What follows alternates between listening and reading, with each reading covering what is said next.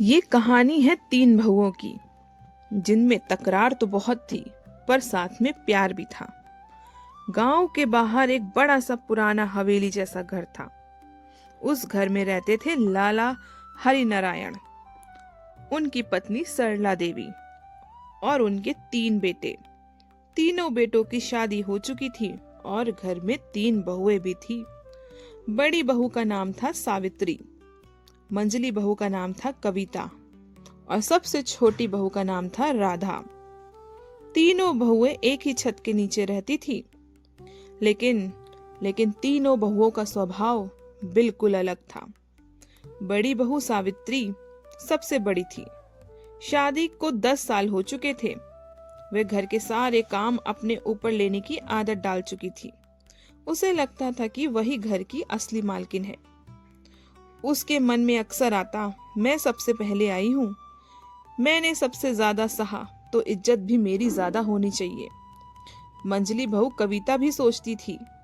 कविता पढ़ी लिखी और तेज दिमाग वाली थी, बातों में तर्क ढूंढती थी।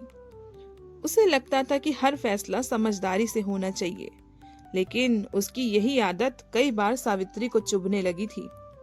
और सबसे छोटी बहू राधा सबसे नाजुक और भावुक थी। नई नई शादी हुई थी, वह सबको खुश रखना चाहती थी, लेकिन अक्सर दोनों बड़ी बहुओं की बातों में पिस जाती थी। रोज सुबह होते ही रसोई में जंग शुरू हो जाती। आज मेरी बारी थी चाय बनाने की, नहीं, कल भी तुमने ही बनाई थी, तुम हमेशा गिनती करती हो। कभी सब्जी ज्यादा नमक वाली हो जाती तो एक दूसरे पे इल्जाम लगा दिया जाता। कभी सास ने किसी एक की तारीफ कर दी तो बाकियों के दिल जल उठते थे। सावित्री को लगता कविता उसे नीचा दिखाती है, तो कभी कविता को लगता कि सावित्री बेवजह हुक्म चलाती है, और राधा तो बेचारी चुपचाप सब सहती।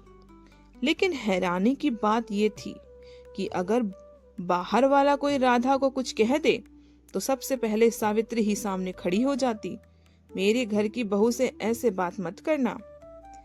एक बार त्योहार आया तो सास ने कहा, इस बार मिठाई बनाने की जिम्मेदारी तीनों बहुएं मिलकर निभाएंगी। बस फिर क्या था, यहीं से बहस शुरू हो गई। सावित्री बोली, मैं हलवाई जैसी मिठाई बनाना जानती हूँ। तो कविता बोली, हर बार तुम ही क्यों तय करती हो। राधा ने बीच बचाव किया, चलो दीदी, हम तीनों मिलकर बना लेते हैं। लेकिन बात बढ़ गई, आंसू बहे, ताने चले। उस रात तीनों बहुएं अलग अलग कमरे में सोईं। एक दिन सास सरला देवी अचानक बीमार पड़ गई। घर में अफरा तफरी मच गई। डॉक्टर, दवा खाना, सब कुछ संभालना था। पहली बार तीनों बहुएं बिना बोले एक साथ खड़ी थी।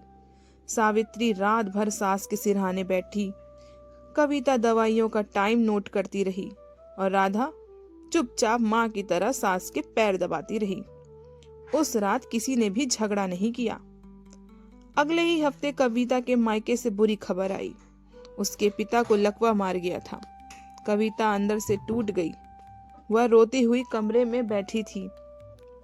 तभी सावित्री आई। बिना कुछ कहे उसने कविता का सिर अपने कंधे पर रख लिया। राधा चाय लेकर आई और बोली, आप अकेली नहीं हो दीदी, हम सब आपके साथ हैं। तब कविता बेचारी फूट फूट कर रो पड़ी। उसे पहली बार महसूस हुआ, ये मेरी सौतेली नहीं, ये तो मेरी बहनें हैं। धीरे धीरे घर का माहौल बदलने लगा। अब काम बांटकर होने लगे। रसोई में हंसी लौट आई। त्योहार साथ में मनाए जाने लगे। लेकिन बहुएं अब भी बहुएं थीं। कभी कभी तकरार होती, आवाज ऊंची होती, लेकिन फर्क ये था कि अब सबका दिल साफ था। एक दिन गांव में अफवाह फैली कि तीनों बहुएं अलग होना चाहती हैं। लाला हरिनारायण बेचारे चुप हो गए, क्या ही बोलते। तीनों बहुएं एक साथ उनके पास गईं। सावित्री बोली, हम लड़ते हैं बाबूजी, लेकिन बिखरना नहीं चाहते हैं। कविता बोली, हम अलग स्वभाव के हैं, पर हम तीनों दुश्मन नहीं हैं। राधा की आंखों में आंसू थे और कहती है, बाबूजी, ये तो हमारा घर है। लाला जी की आंखें भर आई। तीनों बहुएं लड़ती भी थीं, जलती भी थीं, लेकिन जब वक्त आया तो एक दूसरे के लिए ढाल भी बने।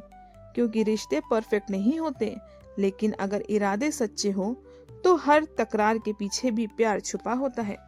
अगर आपको आज की कहानी अच्छी लगे तो वीडियो को लाइक कीजिए और चैनल को सब्सक्राइब कीजिए।